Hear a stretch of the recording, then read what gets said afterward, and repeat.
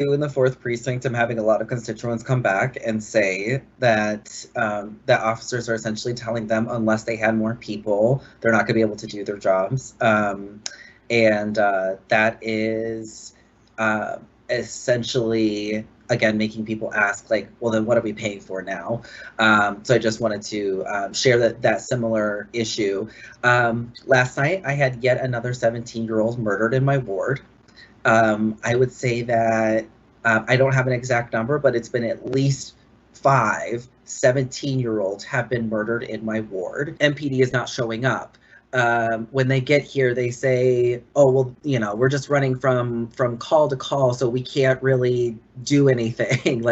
And this is like I can't keep having children murdered in my ward, people sitting in their homes being hit by bullets. I know that it's not only the police department, but that is who people are looking to right now. And again, much the same as my colleagues, what you're saying here is not what officers are telling people when they're showing up. They're essentially saying that that there's nothing that they can do because there's not enough resources, or essentially, like, I've had lots of people who have said, even leadership is saying, if only we had more officers, then these problems would not be happening. So they're lobbying for more resources when that is hard to come by right now in the time that we're in. So first, I just have to say that, like, this is unacceptable, what's happening in my community. I am tired of 17-year-old children being murdered. Where are the police? Where are the police is what they ask, guys. Where are the police? I wonder why they're asking this question.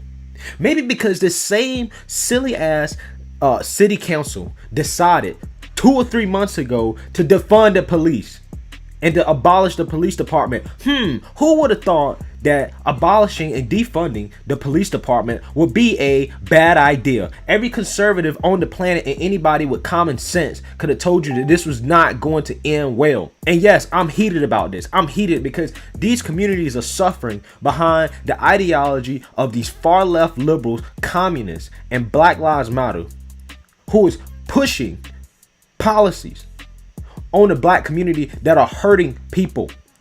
There are people out there that are getting hurt. Murders are up. Robberies are up. Crime is up. Right? Minneapolis has more murders in the first 9 months of this year than they've had all last year. Over 100 officers have either resigned or have taken leave. Over 100. Perpetuated by the fact that they voted to abolish the police department. And then you sit here, you get in a city council meeting, and you got the gall, you got the balls, the cojones, to ask the chief where the police are at, why they're not responding to certain calls. And then the police are telling you, yeah, we getting call by call by call. We're spread thin. We don't have any resources. Y'all voted to take $1 million out of the police budget and put it into some health department to try to prevent violence or some crazy shit like that.